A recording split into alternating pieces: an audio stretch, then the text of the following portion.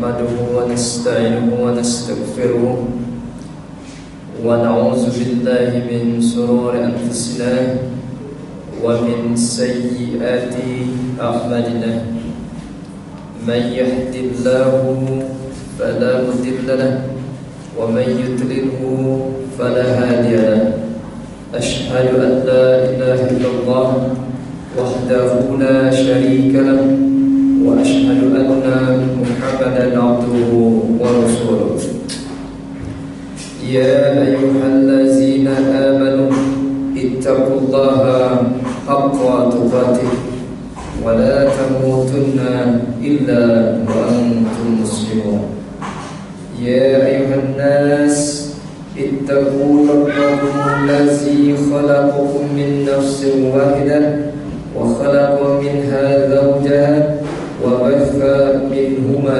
رجالا كثيرا ونساء واتقوا الله الذي تساءلون به والأرحام إن الله كان عليكم رقيبا يا أيها الذين آمنوا اتقوا الله وقولوا قولا سديدا يصلح لكم أعمالكم ويغفر لكم ذنوبكم ومن يطع الله ورسوله فقد فاز فوزا عظيما أما بعد فإن أصدق الحديث كتاب الله وخير الهدي هدي محمد صلى الله عليه وسلم وشر الأمور محدثاتها وكل محدثات بدعة وكل بدعة ضلالة وكل ضلالة في النار. Bapak Ibu yang dimuliakan Allah Subhanahu wa taala, kita lanjutkan kembali kajian kita. Kemarin kita sudah membahas bagaimana Allah mengutus para nabi dan rasul. Jadi ketika Allah mengutus para nabi dan rasul, dimulai dengan Nuh alaihissalam, permasalahannya cuma satu, yaitu kaum yang diutus para nabi dan rasul tadi sudah tidak lagi menyembah Allah Subhanahu wa taala dan mereka tidak mentauhidkan Allah Subhanahu wa taala.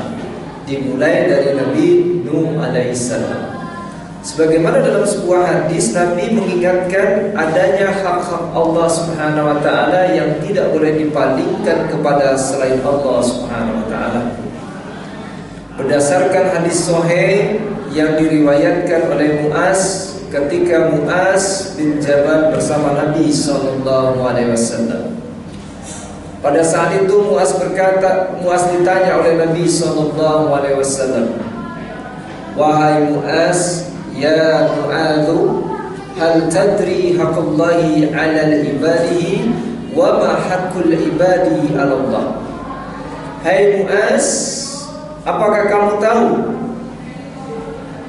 hak Allah atas para hambanya dan apa hak para hamba atas Allah Subhanahu wa ta'ala? Qultu, kemudian Mu'az menjawab, Allahu wa rasuluhu a'lam. Allah dan Rasulnya lah yang lebih tahu. Kemudian dijelaskan oleh Nabi SAW apa hak Allah tersebut. Qala fa inna haqqullahi 'alal ibadi, dan sesungguhnya hak Allah terhadap hambanya ayya'buduhu wa la yusyriku bihi syai'an. Yang pertama, agar supaya mereka menyembah Allah semata, wala yusyriku bihi syai'an, dan tidak menyekutukannya dengan sesuatu apapun. Nah, untuk itulah para nabi dan rasul diutus oleh Allah Subhanahu wa taala sebenarnya ingin memperbaiki satu kaum, memperbaiki masyarakat itu karena penyembahan tidak lagi kepada Allah tetapi kepada selain Allah. Yang kedua, mereka telah mempersekutukan Allah Subhanahu wa ta'ala, menjadikan makhluk ciptaan Allah sesuatu yang bisa memberikan manfaat dan mudarat selain Allah Subhanahu wa ta'ala. Maka diutus para nabi dan rasul. Kita lihat kemarin bagaimana perjalanan para nabi dan rasul, mulai dari Nuh diutus untuk kaum Nuh, permasalahan kaum mereka menyembah kepada orang-orang soleh. Ketika Allah Subhanahu wa taala telah mendatangkan para nabi dan rasul, kalau mereka menolak, maka mereka akan ditenggelamkan. Ketika permasalahan itu terjadi pada kaum Nabi Nuh, sebagaimana Allah Subhanahu wa taala berfirman di dalam ayat yang lain, kami tidak akan mengazab satu kaum sebelum kami mengutus para rasul. Diutus untuk diajak kembali penyembahan diri itu hanya kepada Allah, dan Allah itu tidak boleh disekutukan. Nah, ketika kaum itu kembali beribadah kepada Allah, tidak menyekutukan Allah, maka mereka akan selamat. Mereka akan mendapat kebahagiaan dunia dan akhirat. Tetapi ketika mereka menolak, maka Allah akan mendatangkan azab. Nah, pada zaman Nabi Nuh, azabnya itu ditenggelamkan. Begitupun zaman Nabi Hud. Karena perlu diketahui, ketika satu kaum telah balik kembali beribadah kepada Allah, tidak menyekutukan Allah, maka syaitan laknatullah alaihi tidak akan tinggal diam. Dia akan berusaha kembali agar supaya manusia kembali tidak menyembah Allah, kembali menyekutukan Allah Subhanahu wa taala. Nah, kalau kaum itu sudah melampaui batas, maka Allah mengutus kembali para nabi dan rasul, dan itu terus bolak-balik. Zaman Nabi Hud diutus kepada kaum Ad, ternyata kaum Ad itu mereka menyembah kepada selain Allah, akhirnya mereka dihancurkan dengan angin bergemuruh. Begitupun kaum Soleh diutus kepada kaum Samud, begitupun Nabi Soleh diutus untuk kaum Samud. Karena kaum Samud sama, kalau kita baca di dalam Al-Quran, mereka menyembah kepada selain Allah. Setelah datang Nabi Soleh, mereka menolak, maka mereka diazab dengan gempa yang dahsyat. Begitupun kaum Syuaib diutus kepada kaum Madian, mereka menyembah kepada selain Allah, maka mereka pun dihancurkan dengan gempa yang dahsyat. Kemudian kaum Ibrahim, kaum Musa, kaum Isa, sampai dengan Muhammad sallallahu alaihi wasallam, permasalahannya sama. Jadi kaum itu mereka sudah tidak lagi beribadah kepada Allah, dan mereka mempersekutukan Allah Subhanahu wa taala. Maka resikonya mereka akan diazab oleh Allah Subhanahu wa taala. Nah, sekarang kita akan masuk pada pertemuan yang ke-10 ini, yaitu bagaimana diutusnya Nabi kita Muhammad sallallahu alaihi wasallam. Dan inilah titik tekan kajian Islam terstruktur nanti, bagaimana memahami apa yang diutus, apa yang diinginkan oleh Allah Subhanahu wa taala ketika mengutus Muhammad sallallahu alaihi wasallam. Mari saya bacakan bagaimana Imam Asy-Syafi'i di dalam kitabnya Ar-Risalah menjelaskan mengapa Muhammad itu diutus oleh Allah Subhanahu wa taala. Jadi silakan baca di dalam kitab Ar-Risalah. Jadi ini kitab yang memang datangnya dari Imam Syafi'i rahimahullah. Imam Syafi'i rahimahullah berkata dalam kitabnya Ar-Risalah. Tapi sebelum saya maju membacakan apa yang ditulis oleh Imam Asy-Syafi'i rahimahullah di dalam kitabnya Ar-Risalah, sekilas sedikit tentang siapa Imam Syafi'i rahimahullah. Karena orang Indonesia itu katanya mazhabnya Imam Syafi'i, tapi kalau ditanya Imam Syafi'i siapa, dia nggak kenal biasanya. Jarang mereka mengenal Imam Syafi'i. Mereka hanya menyandar-nyandarkan kepada Imam Syafi'i. Itu disebutnya Syafi'iyah, bukan mazhabnya Imam Syafi'i. Jadi nyandar-nyandarkan saja ke Imam Syafi'i. Jadi ada mazhab Syafi'i, ada yang disebut dengan Syafi'iyah. Kebanyakan di kita itu Syafi'iyah. Sekilas tentang Imam Syafi'i rahimahullah.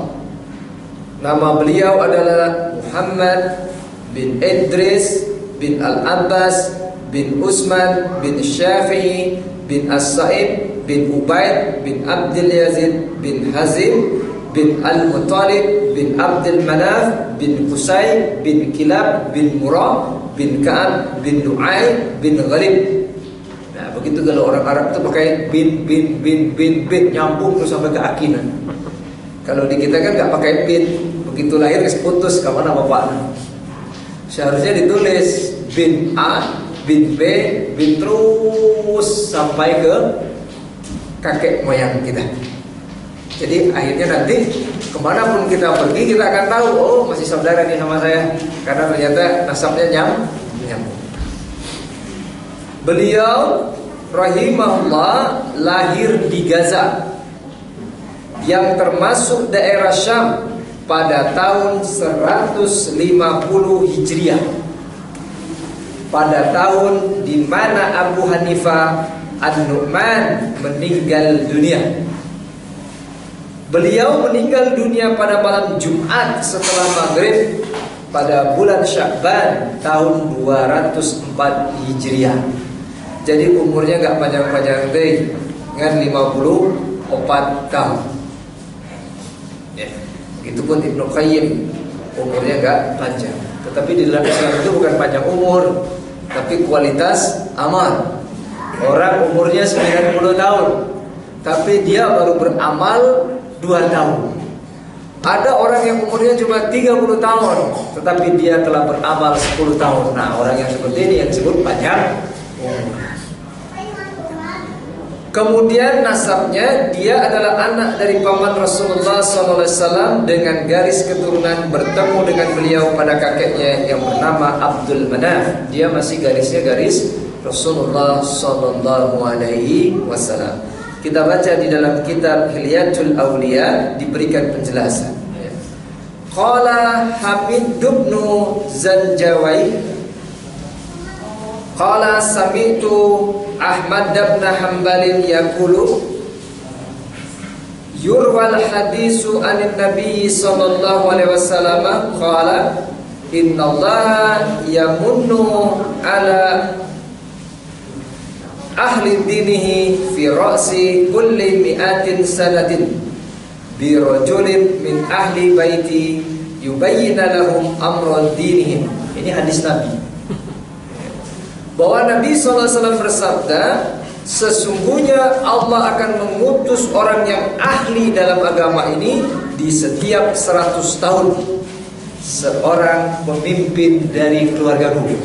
Jadi dari nasab Rasul, yang menjelaskan kepada mereka permasalahan agama. Kemudian kata Hamid tadi, kata Hamid bin Zanjawi tadi berkata seperti ini. Wa inni nazartu fi sanatin mi'atin fa iza rajulun min ali Rasulillah sallallahu alaihi wasallam Umar bin Abdul Aziz. Maka kata kata beliau, dan ketika aku perhatikan pada 100 tahun pertama, maka pembahas itu adalah Umar bin Abdul Aziz. Jadi setelah 100 tahun dibangkitkan lagi menjadi dari garis Rasul, yaitu Umar bin Abdul Aziz. Kemudian kata beliau, ini kata namanya tadi itu Zanjawi, beliau berkata,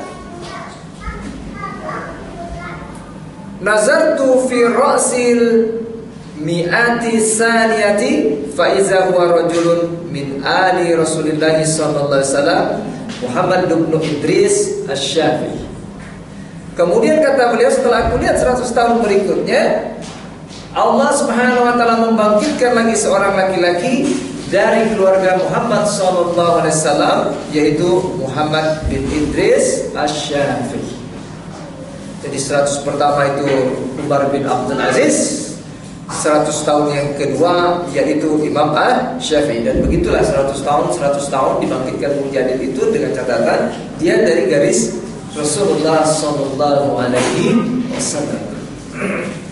Artinya ketika yang memberikan keterangan bagaimana Rasulullah SAW diutus, seseorang yang bernama Imam Asy-Syafi'i yang tidak diragukan lagi kemampuannya, karena dia termasuk yang disabdakan Nabi SAW dibangkitkan 100 tahun berikutnya, yaitu dari keturunanku, kata Zanjawi tadi, yaitu Muhammad bin Idris Asy-Syafi'i.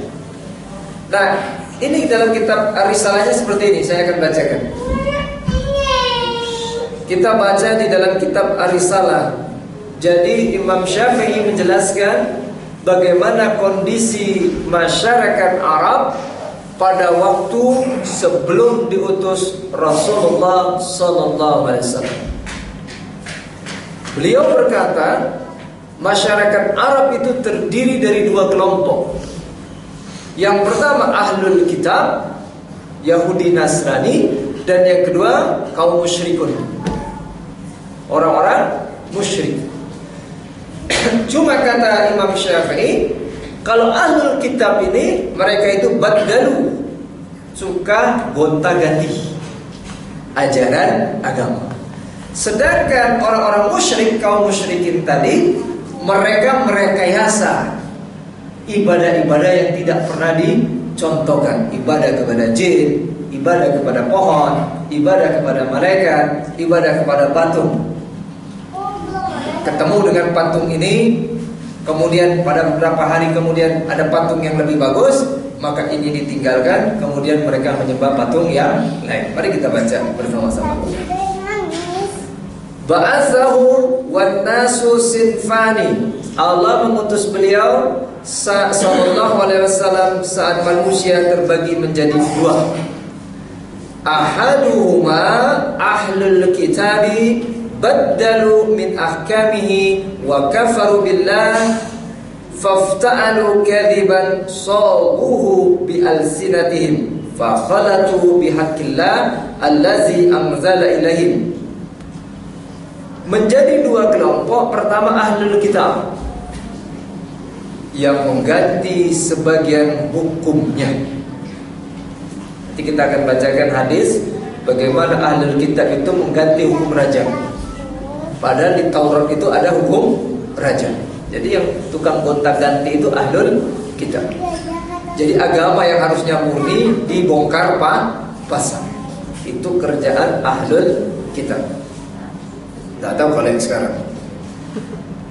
Kemudian di situ dikatakan mengganti sebagian hukumnya, mengkufuri Allah, merekayasa kebohongan dengan lisan mereka, lalu mencampurkan dalam kebenaran Allah yang diturunkannya kepada mereka. Kemudian Allah Tabaraka wa Ta'ala memberikan kabar kepada nabinya tentang kekufuran mereka. Di situ dikatakan, fa dzakara tabaraka wa ta'ala lin nabiyhi min kufrihim faqala. Allah berfirman, wa inna minhum la fariqan yalwuna alsinatahum bil kitabi litahsabuhu minal kitab wa ma huwa minal kitab wa yaquluna huwa min indillah wa ma huwa min indillah wa yaquluna 'ala Allahil kadhiba wa hum ya'lamuna. Ini firman Allah menjelaskan siapa Ahlul Kitab. Dan sungguh di antara mereka niscaya akan ada segolongan orang yang memutarbalikkan lidahnya membaca Alkitab, agar kamu menyangka yang mereka baca itu sebagian dari Alkitab. Sama kayak kita mungkin juga, ya ayat Quran, ya hadis, padahal tidak ada di dalam Al-Quran dan di dalam hadis. Padahal itu bukan dari Alkitab. Wa ma huwa min indillah, dan bukan dari sisi Allah.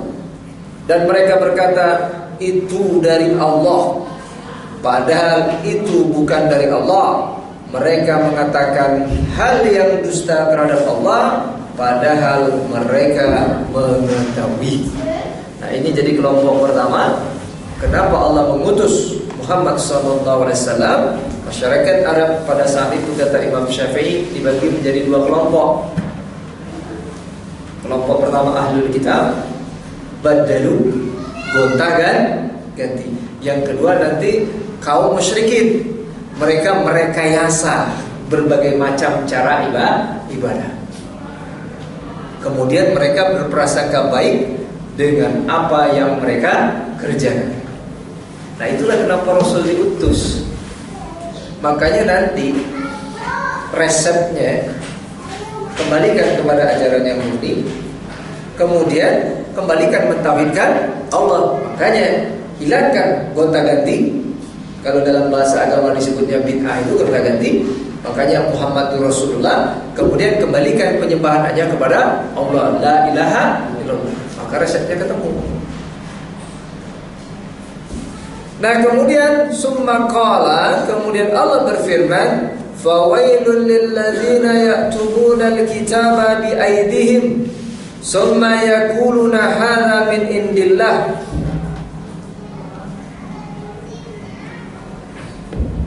Kemudian Allah berfirman, fawailul lilladzina yaktubuna alkitaba biaydihim, sungguh celaka bagi orang-orang yang menulis alkitab. Alkitab bisa itu Al-Quran, bisa itu Injil, bisa itu Zabur, bisa itu Taurat. Hadza min indillah. Kemudian mereka katakan hadza min indillah, ini datangnya dari sisi Allah. Liyastaru bihi thamanan qalila. Dalam rangka apa?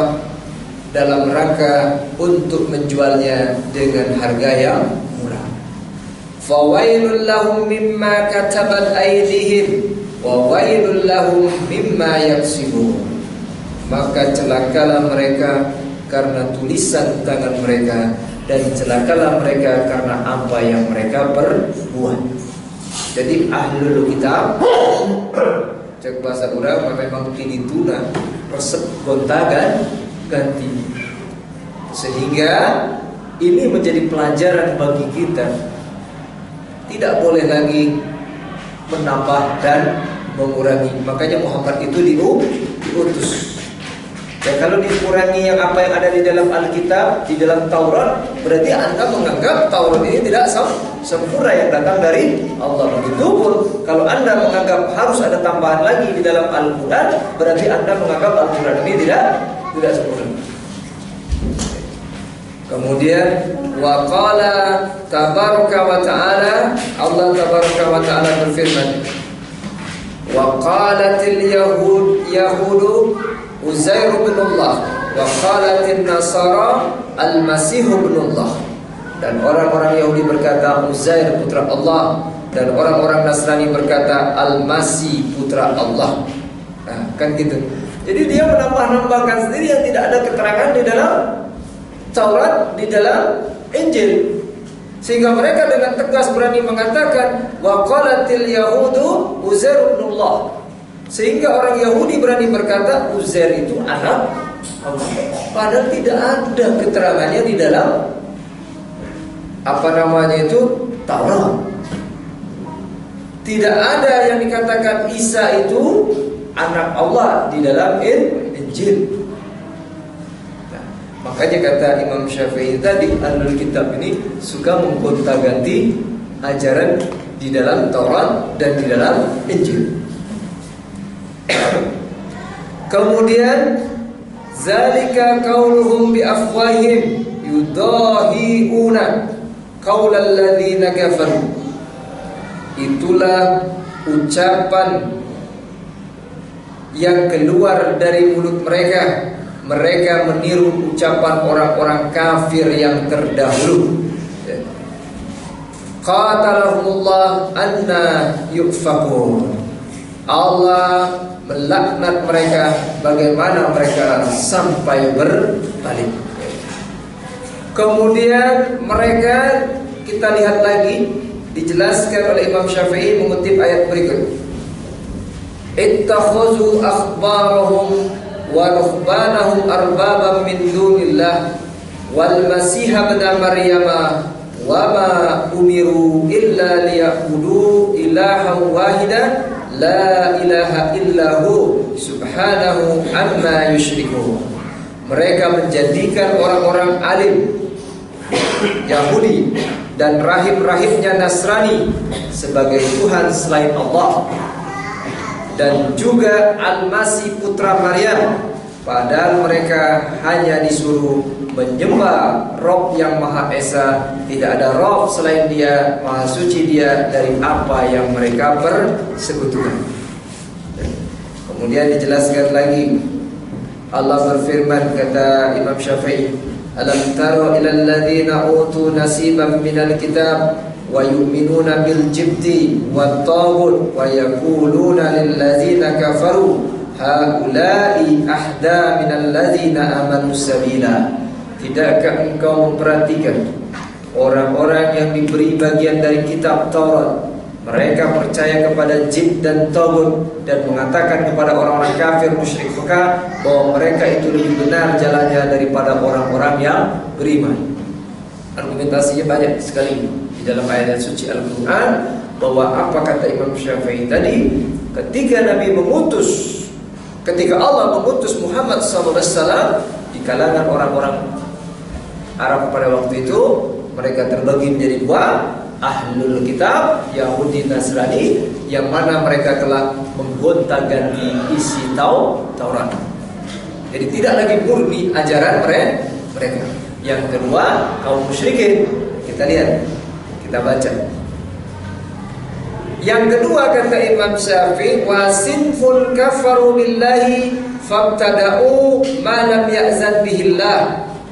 Kedua, golongan yang kufur kepada Allah, lalu mereka merekayasa hal-hal yang sebenarnya tidak diizinkan oleh Allah. Wa nasabu bi aidihim hijaratan wa husuban wa suwaran istahsanu wa nabazu asma'an ifta'alu wa da'auha alihatan abaduha fa iza istahsanu ghaira ma abadu minha alqahu wa nasabu bi aidihim ghairahu. Kemudian kata Imam Syafi'i, di situ dikatakan mereka mendirikan batu dan kayu dengan tangan mereka, serta berbagai gambar yang mereka anggap bagus. Lalu mereka memberinya nama-nama buatan dan memanggilnya sebagai Tuhan-Tuhan sesembahan. Jadi dia bikin sendiri batu, dia teh karena ieu.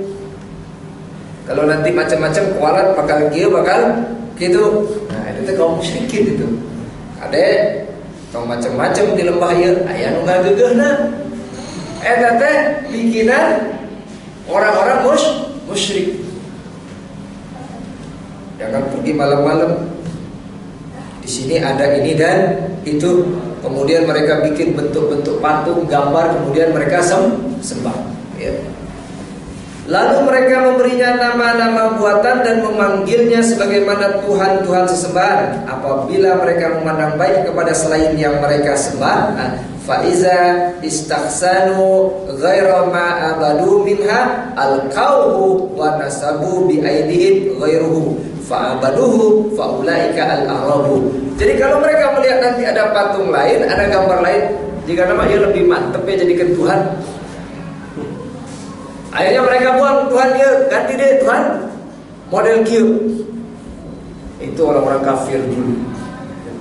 Malah kalau kata para sahabat ketika mengingat masa-masa jahiliyah, biasanya roti itu mereka jadikan Tuhan. Setelah mereka bentuk, mereka kasih nama, mereka sembah. Sore mereka lapar, rotinya dimakan. Isuk nyendai Tuhan baru.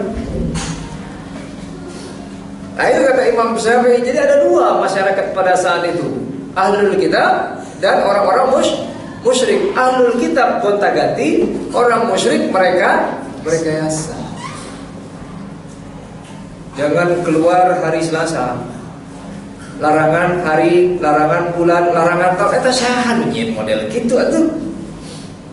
Itu mah kerjaan orang-orang kan kafir yang Allah tidak pernah menurunkan keterangan. Akhirnya mereka berprasangka baik karena ini larangan bulan, nggak boleh keluar hari Selasa. Padahal hari itu penerimaan pekerjaan. Wah, akhirnya nggak keluar. Jangan keluar hari ini bakal sial.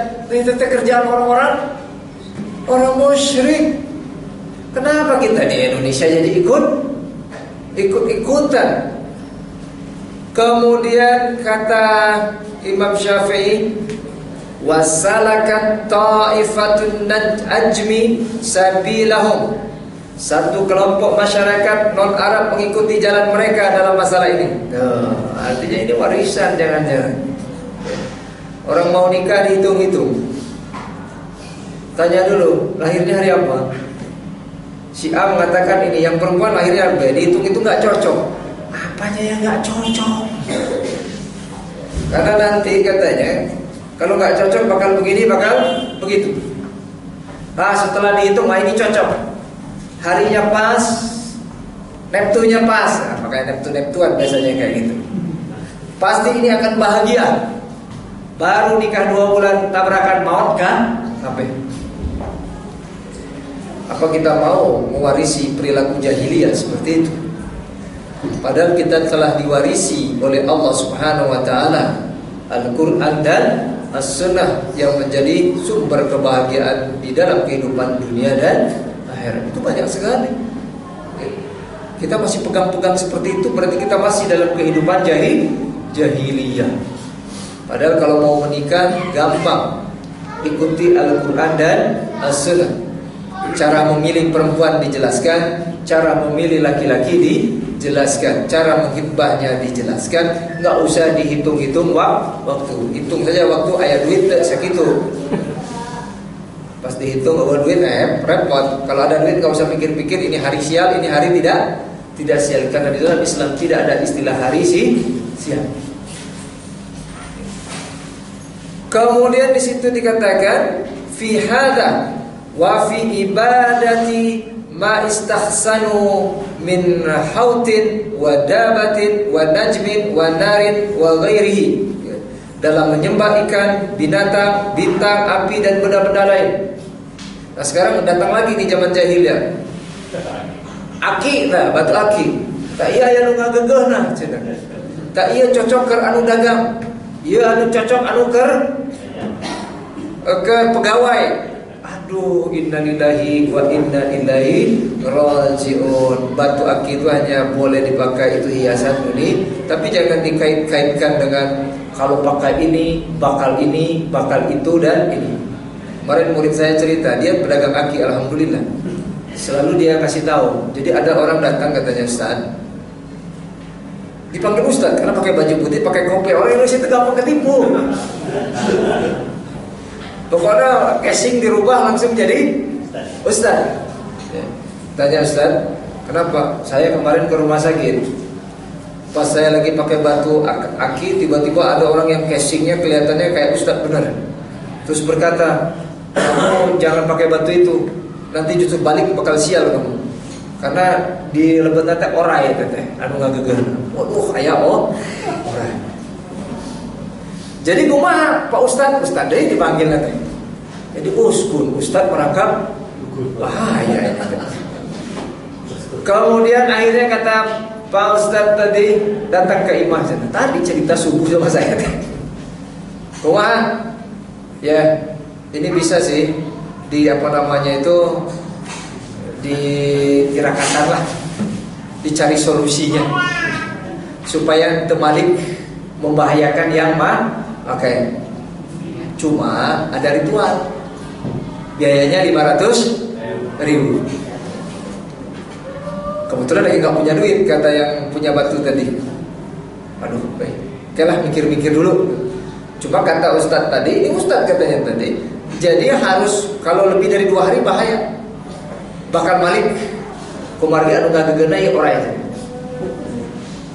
Kemudian akhirnya dia datang sama murid saya tadi, yang tukang batu. Kata murid saya, tolong percaya, karena itu hanyalah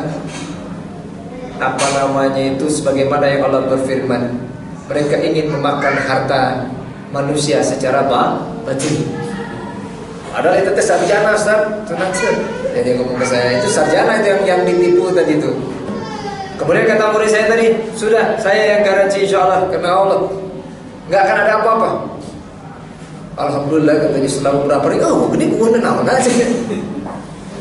Kemudian akhirnya batu tadi terjual. Akhirnya dia jual karena tidak percaya dengan itu, harganya jadi 2 juta tuh. Kalau kamu datang ke situ nanti, akhirnya daripada ke orang mereka ke Pak Kiai lah, itu kan jadi masalah. Sebanyak 500.000 tambah 2 juta. Karena tidak ada yang bisa memberikan manfaat dan mudarat kecuali izin Allah Subhanahu wa Ta'ala. Silakan Anda pakai batu ali, nggak ada masalah. Tapi jangan pernah mengkaitkan ini bisa ini dan itu yang jadi masalah. Tapi biasanya harga batu ali itu naik kalau ada kaitannya. Percaya tidak? Coba saja kalau kita ingin buktikan ini batu ali, cuma dapatnya di emperan masjid, digosok-gosok saja rada bagus. Kemudian kita bikin cerita bohong. Ustadznya bikin cerita bohong, misalkan, maaf, ini batu dapat ketika lagi zikir malam Jumat. Nah, itu udah mulai harganya naik tuh pasti. Kemudian datang lagi itunya, apa namanya itu, bagian marketing. Ada marketingnya juga yang kayak gitu. Kemudian dia berkata, benar itu batu yang ada pada ustadz itu. Setelah saya pinjam, anak saya sakit, saya celupkan batu itu di gunung, cager gitu. Harganya naik lagi tuh. Kemudian yang satu lagi bercerita yang lain-lain, harganya bisa sampai 100 juta. Padahal itu batu dapat di emperan masjid. Jadi hati-hati.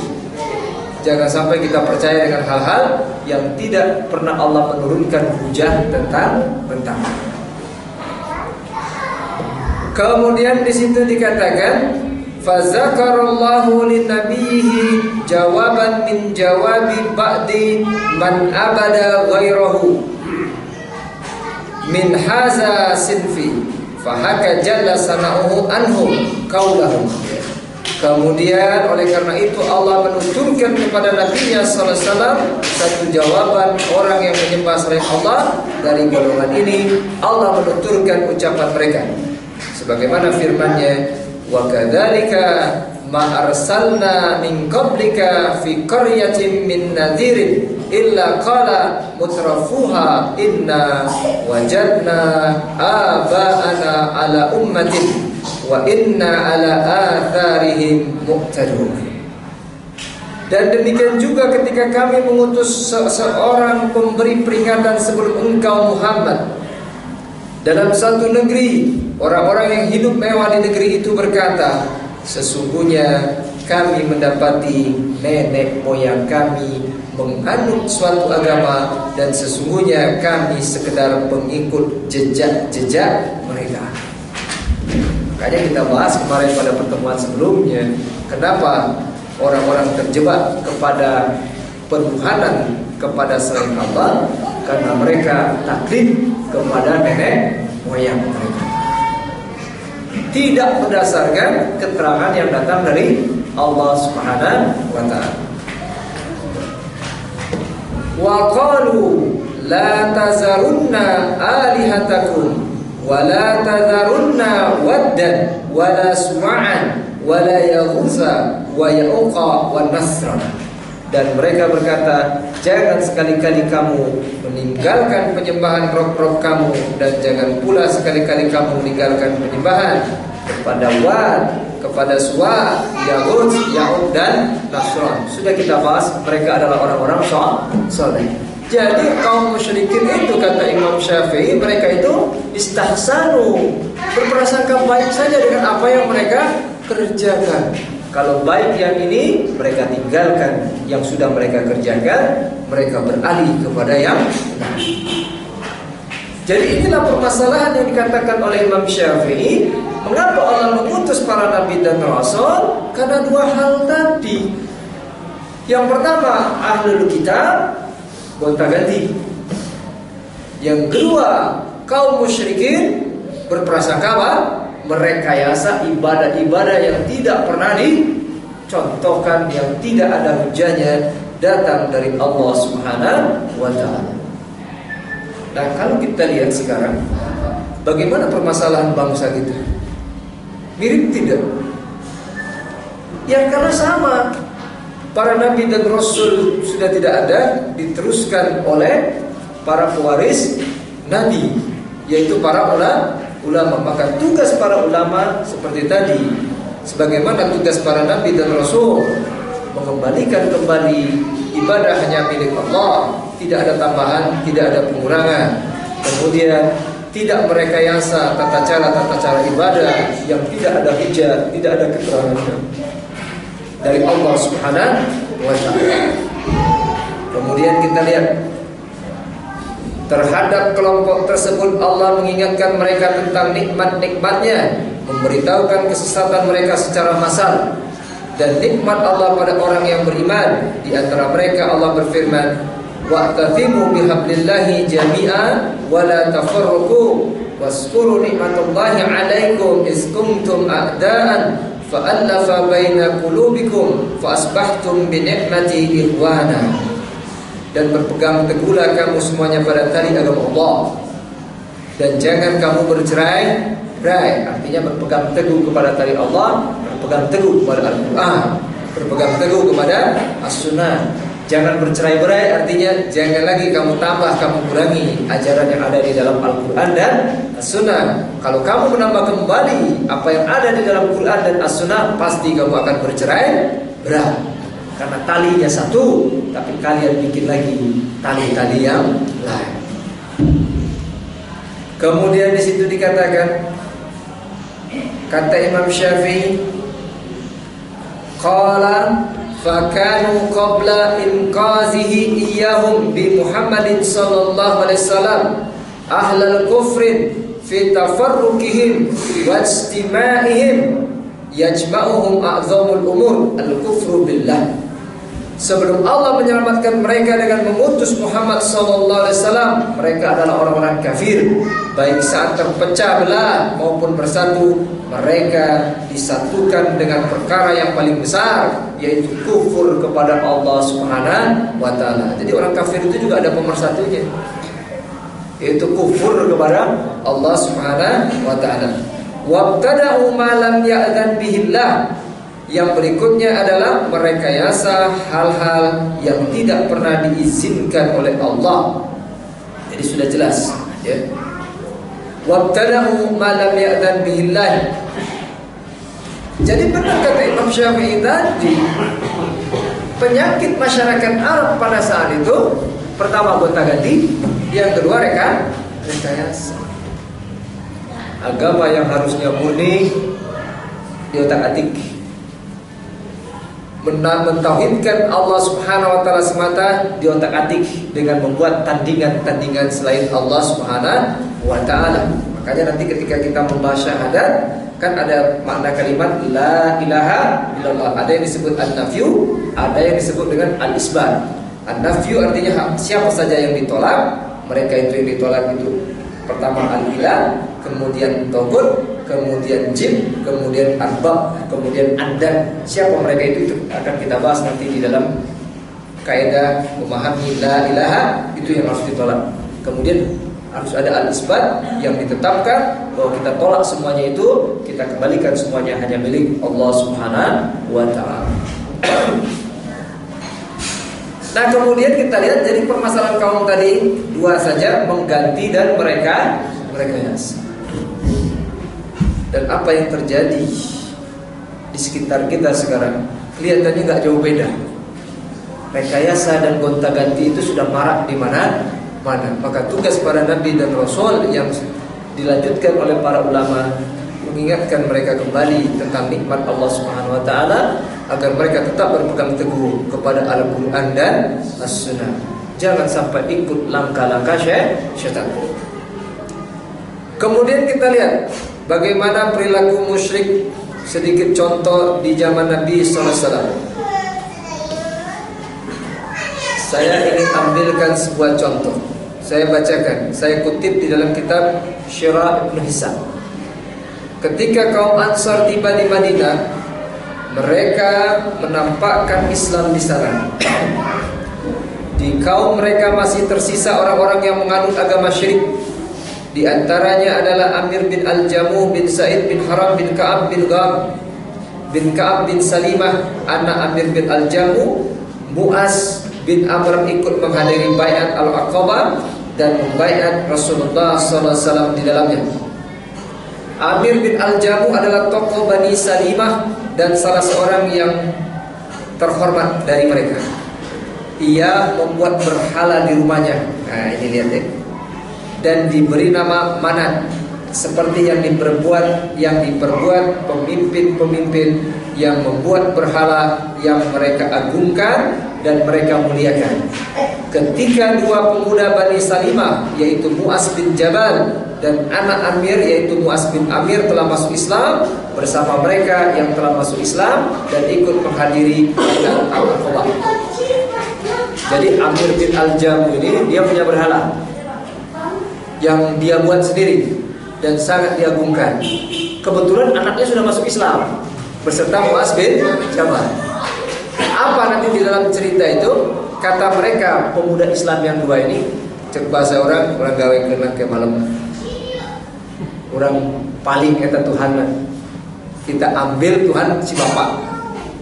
Kemudian akhirnya malam-malam mereka mengendap-endap. Kemudian patung bapaknya tadi, Tuhan bapaknya tadi dibuang ke got. Pagi-pagi bapak anak teriak-teriak, kemana Tuhan aing? Gitu kan? Maaf sedikit pakai aing biar agak jelas gitu. Dicari-cari, ternyata berada di got Tuhannya tadi bersama dengan kotoran manusia. Kemudian bapaknya teriak, saha ieu cenah ngahina pisan ka Tuhan dewek. Itu juga otak orang musyrik itu sudah tertutup. Masa Tuhan tidak bisa bela diri? Kemudian dia ambil Tuhannya dari got tadi, dia bersihkan, dia mandikan. Kemudian dia kasih wewangian. Kemudian kata kedua pemuda tadi, Mu'az bin Amir dan Mu'az bin Jabal, kayak malam deh orang picen deh patung bapak di sini. Akhirnya dia taruh lagi di rumah. Malam-malam mereka mengendap-endap lagi, diambil. Akhirnya sama dipicen deh ke got bersama kotoran manusia. Pagi-pagi si bapaknya teriak-teriak, saha yang terjelma uwanian pisan. Nah, gitu kan, cek bahasa orang kawalan siap macam-macam. Kemudian dicari-cari lagi, anger pagi di got. Kemudian diambil lagi, dimandikan, dibersihkan, dikasih wangian. Cuma sekali ini kata Amir bin Jamu, hei Tuhan, tak ayeuna ku dewek mandi bere pedang maneh. Jadi si patungnya tadi dikasih pedang. Pokoknya kalau ada yang mau ngebuang kamu, sikap aja ke pedang, kan gitu. Pasti dikasih pedang. Kalau kamu memang Tuhan, pasti bisa bela diri. Akhirnya eta dua pemuda ngendap-ngendap deui. Kabeh dicokot di eta patung dipiceun deui. Sama dibuang di dalam got yang penuh dengan kotoran manusia. Besoknya dicari lagi ke mana Tuhan, ternyata pedang Tuhan aya di got. Di situ Amir bin Jamu mulai sadar, cenah kabina-bina teuing bodona urang teh gending kan gitu. Mesti kasih pedang teh bisa bela diri. Makanya aneh gitu ya. Pernah satu peristiwa mengatakan ini ada tempat keramat katanya. Jadi ketika mau dirobohkan tempat keramat itu karena masuk dalam wilayah untuk pembebasan pemerintah pembangunan, kemudian ada sekelompok masyarakat yang menolak. Kemudian mereka mengatakan kalau keramat ini dihancurkan maka kota ini bakal itu. Kemudian akhirnya ketika mau dihancurkan, bukannya keramatnya yang membantu diri sendiri, tetapi pengikutnya yang membela. Kalau memang itu keramat nggak usah dibela, pasti yang akan menghancurkannya luluh lantak. Gak ngerti. Jadi siapa yang lebih kuat? Beda dengan Ka'bah. Ka'bah itu ketika akan dihancurkan oleh Raja Abu Talib, maka apa kata orang Arab? Kata pamannya Nabi saat itu juga, baik-baik mau menghancurkan silakan, yang penting tak onta balik ke dulu. Karena ontanya waktu itu diambil. Semua orang Arab menghindar. Kemudian Abraha tertawa, rumah ibadah pada dihancurkan, kakak mikir onta kene. Kan kata paman Rasul, nanti juga ada yang membela. Kemudian benar apa yang terjadi, itu benar, itu baru namanya.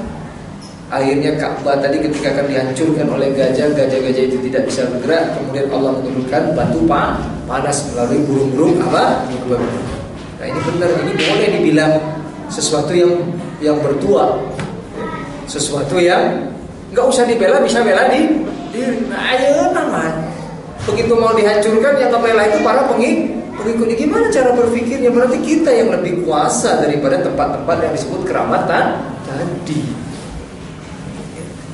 Nah kemudian akhirnya dia memeluk Islam.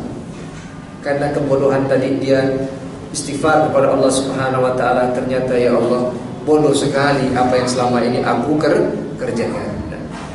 Mari kita lihat bagaimana ahlul kitab. Orang-orang Yahudi datang kepada Nabi SAW. Mereka menyebutkan di hadapan beliau bahwa ada seorang laki-laki dari perempuan dari kalangan mereka telah berbuat zina. Rasulullah SAW lalu bersabda kepada mereka, hukum apa yang kalian temukan dalam kitab Taurat yang berkaitan dengan zina? Jadi ada orang Yahudi bertanya, melaporkan ada seorang wanita zina, Yahudi zina. Kemudian Nabi balik bertanya, hukum apa yang kalian lakukan? Mereka menjawab, kami akan mencela dan mencambuk pelakunya. Abdullah bin Salam berkata, kalian dusta. Dalam Taurat ada perintah rajam. Nah, itu Abdullah bin Salam sebelumnya Yahudi. Setelah masuk Islam, Abdullah bin Salam mengatakan enggak gitu. Di Taurat ayat bahwa siapapun laki-laki yang sudah suami beristri berzina dirajam. Cek Yahudi tadi, kayak gitu mau datangkan Taurat. Mereka lalu mendatangkan Taurat seraya membukanya. Salah seorang dari mereka lalu menutup ayat rajam dengan tangannya. Nah, begitu baca ada ayat tentang rajam, perempuan yang berzina harus dirajam, ditutup, dilewat. Nah, itu kerjaan.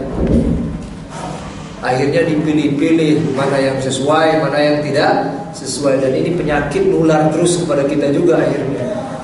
Akhirnya ayat suci Al-Quran itu dipilih-pilih, yang kira-kira merenah pakai, yang kira-kira membahayakan orang pula, kan gitu.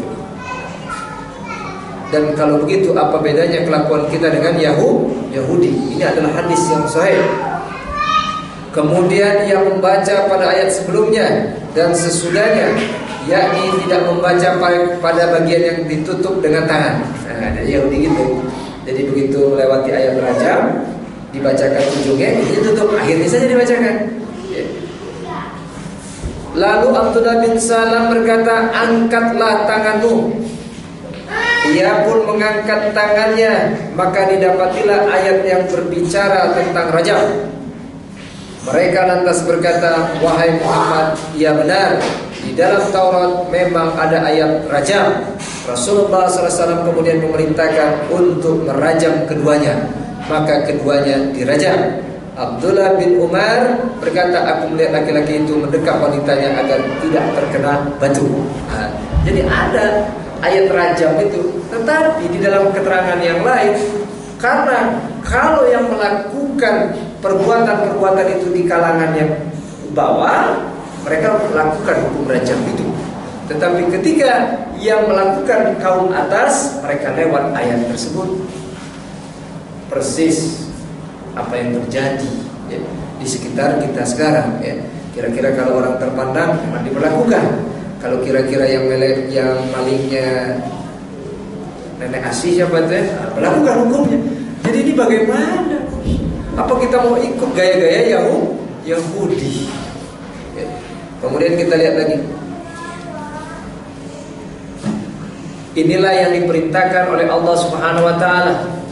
Karena masyarakat penyakitnya dua, gonta-ganti, yang kedua rekayasa. Maka perhatikan hadis ini.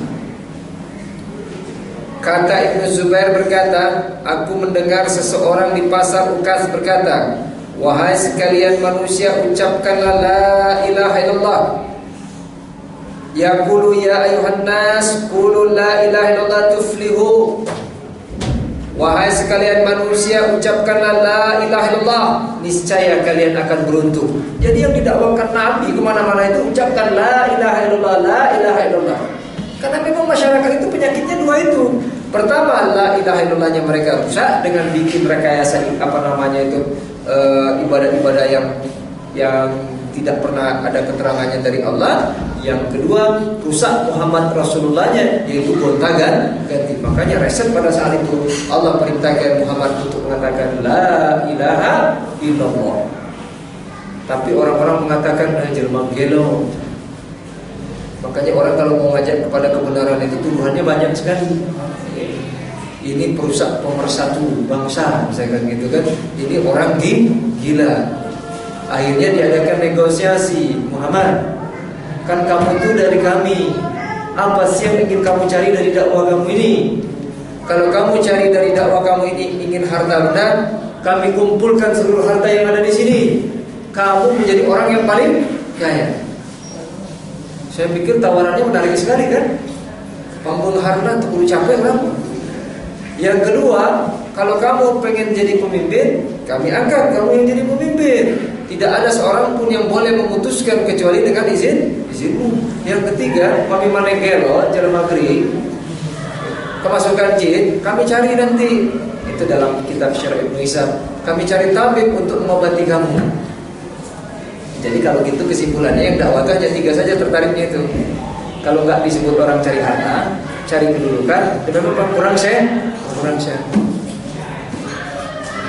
Ini sejarah akan terus berulang. Tetapi apa kata Muhammad? Tidak. Kenapa? Karena Muhammad itu diangkat oleh Allah Subhanahu wa taala bukan untuk hal-hal itu, tetapi untuk mengembalikan hak ibadah hanya kepada Allah dan tidak boleh mempersekutukan Allah Subhanahu wa taala. Maka Allah melalui lisan nabinya berkata, la ucapkan la ilaha illallah tuflihu. Ucapkanlah la ilaha illallah, kalian akan beruntung, kalian akan bisa mendudukkan Rum, kalian akan bisa mendudukkan Parsi dalam keterangan yang lain. Pada saat itu orang-orang tertawa. Irmaliur kurang sehat, Parsi Rom dilawan. Padahal Rom dan Parsi pada saat itu adalah 2 negara adidaya. Tetapi karena putusan Allah Subhanahu wa taala terus la ilaha illallah, sejarah membuktikan Parsi dan Rom takluk di bawah kaki orang-orang Muslim. Nah sekarang kalau kita ingin berjaya, kembali lagi dakwah yang telah disampaikan Nabi itu harus dilanjutkan. Dan sekarang kita mengucapkan la ilaha illallah, kita sendiri tidak paham makna la ilaha illallah. Nah, mudah-mudahan apa yang saya sampaikan pada pertemuan yang ke-10 ini bisa menjadi latar belakang. Benang merahnya sama. Para nabi dan rasul itu mengajak manusia untuk kembali menyembah Allah Subhanahu wa taala, kemudian tidak menyekutukannya dengan sesuatu apapun. Dan benang merahnya lagi, kenapa Muhammad sallallahu alaihi wasallam diutus? Karena memang pada saat itu penyakit masyarakat, yang pertama ahlul kitab, mereka sudah menggonta-ganti agama. Yang kedua kaum musyrikin, mereka berprasangka baik, merekayasa tata cara ibadah yang tidak pernah diperintahkan oleh Allah Subhanahu wa taala. Dan kalau kita lihat bagaimana lingkungan sekitar kita sekarang, saya pikir penyakitnya sama.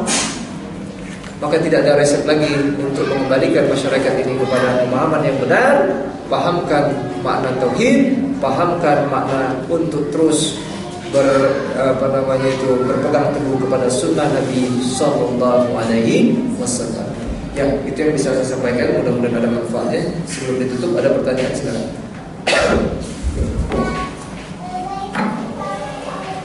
Assalamualaikum warahmatullahi wabarakatuh. Tadi dibahas mengenai sedikit perkataan Imam Syafi'i. Ya. Itu kan sudah hadis setiap 100 tahun ada ya.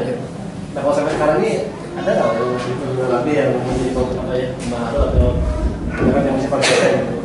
Ya saya pikir ada saja sih, ada saja. Tapi tetap seperti bagaimana hadis tadi kan, nasabnya tetap harus dari Rasulullah Sallallahu Alaihi Wasallam. Kalau sekarang ya lokal lah mungkin.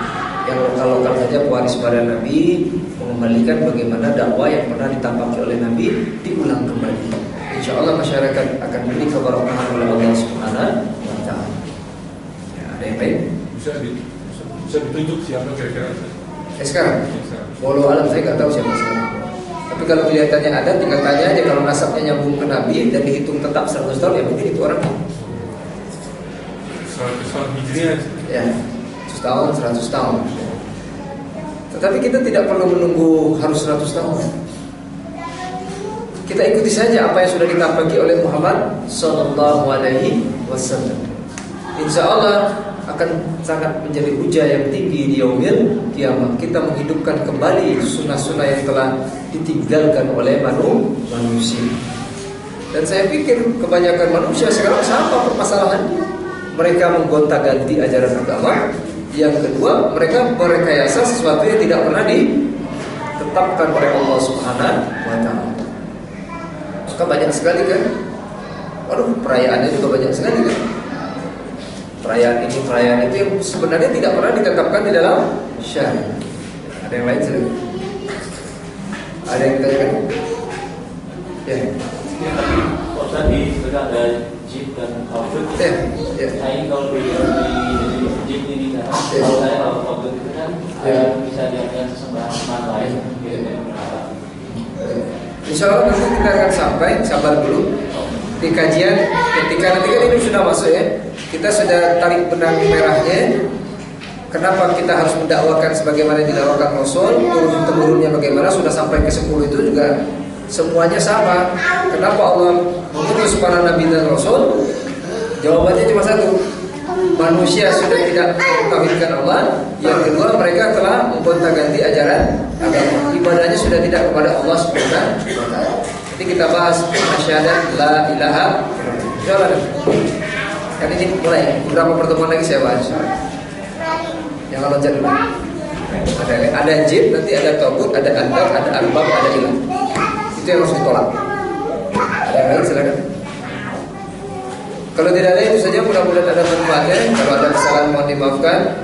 Mudah-mudahan kita diberi kekuatan oleh Allah Subhanahu wa Ta'ala untuk tetap ittiba'ur Rasul, mengikuti apa yang telah ditapaki oleh Muhammad Sallallahu Alaihi Wasallam. Aqulu qouli hadza wa astaghfirullah li wa lakum. Assalamualaikum warahmatullahi wabarakatuh.